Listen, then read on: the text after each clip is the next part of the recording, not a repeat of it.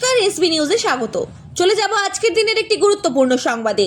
গড়বেতায় বাঘের আতঙ্ক, দেখা মিলল পায়ের ছাপ। বাঁকুড়া জেলার বাঁকাদহ জয়রামবাটির রাস্তা পারাপারের সময় গাড়ির ধাক্কায় মৃত্যু হয় একটি পূর্ণবয়স্ক চিতাবাঘের। কিন্তু কিভাবে এলো এই চিতাবাঘ, তা নিয়ে চিন্তা বেড়েছে বন দপ্তরের।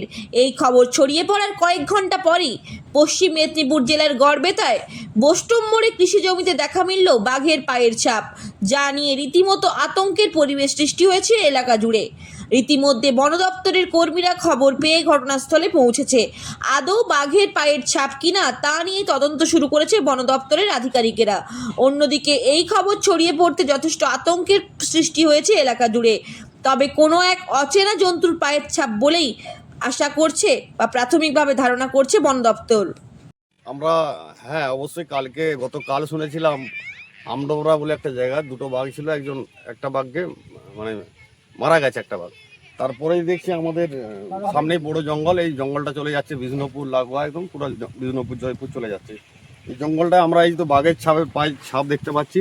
এটা বোস্টম মোড়, বড় মোড়া জিপি, নদাশুলি।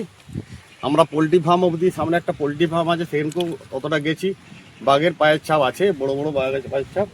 এবং ডিপার্টমেন্টকে অনুরোধ করুন, প্রশাসনের কাছে আপনারা সতর্ক করুন। দেখুন জঙ্গলের সম্বন্ধে একটু, জঙ্গলের ভিতরে যদি থাকে বাইচান্স মানুষজন জঙ্গলে পাতা কোড়াতে গেলে সেখানে বাইচান্স ক্ষয়ক্ষতি হয়ে যেতে পারে।